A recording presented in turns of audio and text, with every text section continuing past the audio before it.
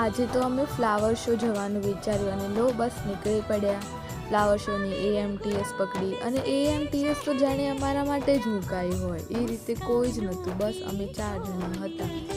અમે નીકળી પડ્યા ફ્લાવર શો જવા અને પહોંચી પણ ગયા. પછી અલગ અલગ ફૂલો જોયા, સારી રીતે ગોઠવેલા હતા, અલગ અલગ રીતે, જેમ કે ઉત્તરાયણના, દિવાળીના, એ રીતે જોવાની બહુ જ મજા આવી.